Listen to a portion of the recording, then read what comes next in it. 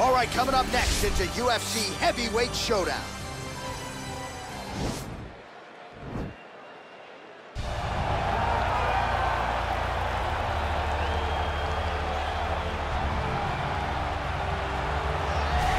Well, this guy has truly made the takedown a thing of beauty in mixed martial arts. With respect to yourself and George St. Pierre and the truly great takedown artists, this guy's closing the gap and entering that company in the eyes of many. Oh, absolutely, because he's done such a great job of timing takedowns. I haven't seen anyone so good at slipping a jab into a takedown since George St. Pierre. Right. He does a phenomenal job of getting from step 1 to step 2 before his opponent even realizes now he's in on my leg. And if they do get their hips back, immediately he's up into a foot sweep or a headlock or an inside trip. It's just so many different ways for him to get you to the floor that he will throw every single one at you every single time. And a lot of fighters talk about that wrestling maintenance and how hard it is, right, over the course of a career to continue to drill those things. He talks a lot about that, and that's why he's continued to realize success here in the UFC. All right, here's the heavyweight wrestler Curtis Razor Blades representing Team Elevation there in Colorado, and here's a guy who, at least on paper, has more takedowns secured offensively than any fighter in UFC heavyweight history. You know, they talk about specialists, and at times you find a guy that's so good at one skill that you know what's coming and you can't stop it. Curtis Blades is one of those guys. He's a national wrestling champion. He's very big, he's very skilled, and he has great cardio. The great cardio allows him to press this wrestling style on guys, and they can't keep up with him. He is solely one of the top 5 heavyweights in the world. And he's certainly got a good work rate for this heavyweight division, works as hard in training as anybody, still in search of that elusive first championship opportunity. Big spot for Curtis Razor Blades here tonight. Our tale of the tape for this heavyweight fight. So 3 years the gap in age between these two fighters, with the same height and a similar reach. All right, now for the particulars, he is Bruce Buffer. Ladies and gentlemen, this fight is 3 rounds in the UFC heavyweight division. Introducing first, fighting out of the blue corner. This man is a jiu-jitsu fighter, making his professional debut here tonight. He stands 6 feet 4 inches tall, weighing in at 236 pounds.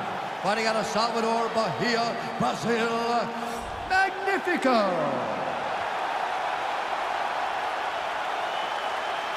And now introducing his opponent, fighting out of the red corner.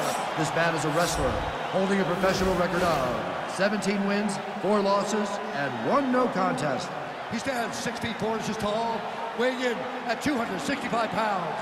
Fighting out of Chicago, Illinois, Curtis Razor Blades. And when the action begins, our referee in charge, Herb Dean. Herb Dean, our referee for this one. Ready. Ready to fight? All right, so here we go with round 1. It is not a question of if, it's a question of when this fight hits the ground. You've got a grappler, a Brazilian Jiu-Jitsu black belt, and most people think we're going to get a grappler's delight tonight. Yes, we are going to get a grappler's delight, but for the Jiu-Jitsu player, for the Jiu-Jitsu fighter, he cannot allow for himself to constantly be on his back, because in the grappling realm, not only do these guys possess great submission skills, but the ground and pound. The advancements in the position is so key to the game. He has to make sure he's not thinking this is a jiu-jitsu match, this is a fight. Big powerful punch lands. Now he gets back to range. And they separate. He changes the angle, finds the right spot to land that punch to the head from the clinch. Sound defensively here as he stays upright. Double leg takedown, no good. Oh, could be in trouble after that knee to the head.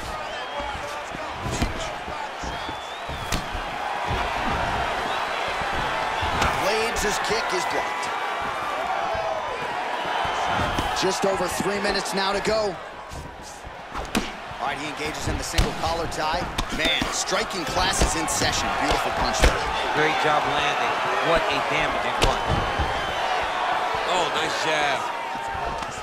Again, they will clinch. And they separate.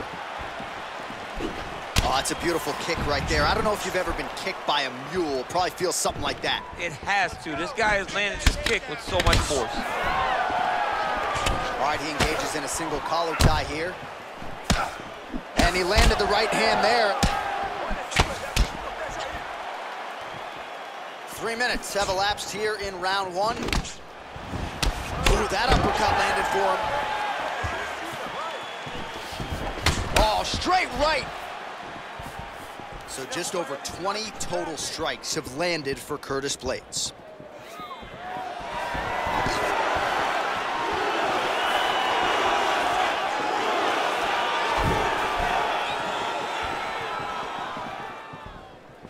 He's throwing every part of himself into these big leg kicks.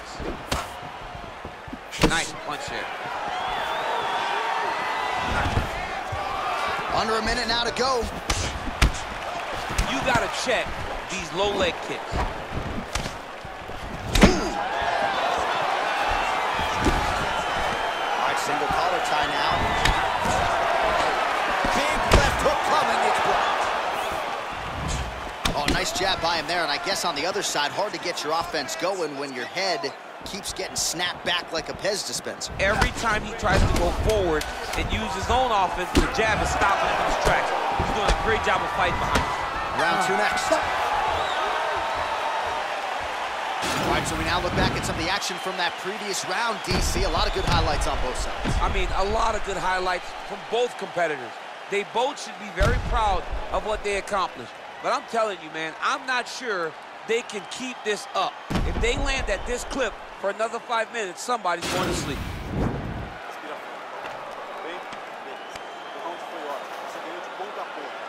All right, second round is underway. Your thoughts on what we saw over the first 5 minutes? I saw a very competitive round. It was very strategic. Expect these guys to really pick it up as we go forward in this fight. You gotta whip his hip into that kick. Big body kick lands. Both fighters exchange in the pocket here.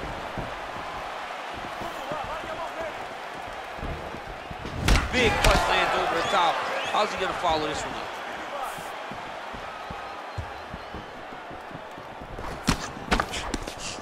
Just misses with the straight right.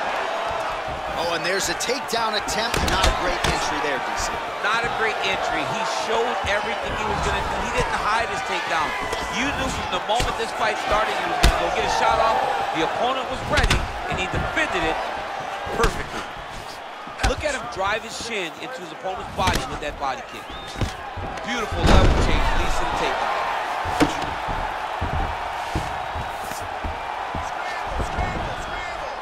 Strong bottom work here, staying busy. All right, half guard now. Not a fighter you want in half guard against you. For the bottom fighter, what does he need to do? He needs to secure his underhook. He's got to be fighting for underhook. One of the most key things you can do as a bottom fighter stuck in half guard is try to frame.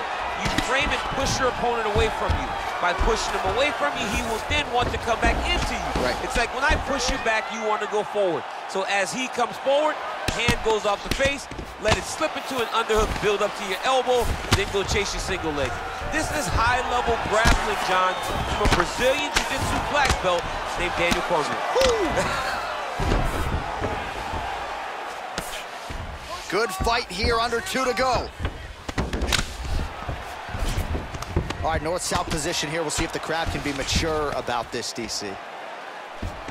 Oh, he's got the knee on the belly. Could be trouble defensively. All right, bottom fighter here, maybe looking to hip escape, DC.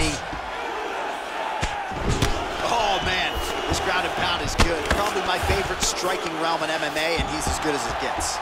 The problem is his opponent is not controlling his posture.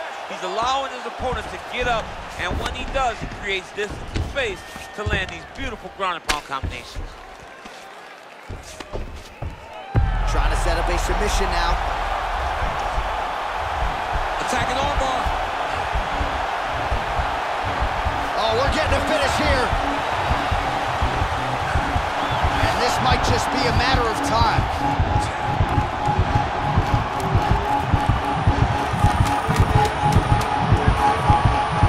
He got it, John. Oh, he got it done, absolutely. He finishes his opponent by way of submission.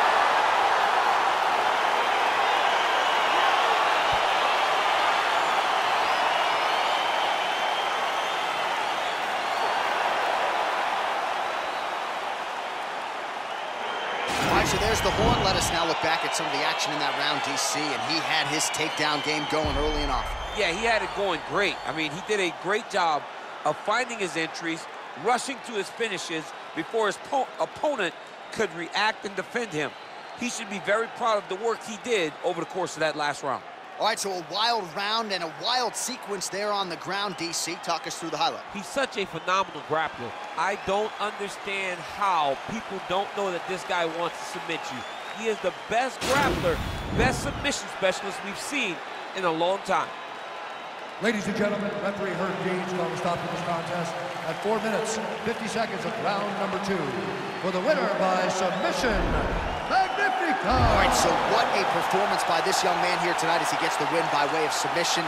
He certainly put a lot of stock into getting the finish tonight, and he did just that. Congratulations. It was a very tough fight, but he knew that if he did everything right, he can get to his position, which is the ground, and he would be able to find a finish by submission tonight. He did just that.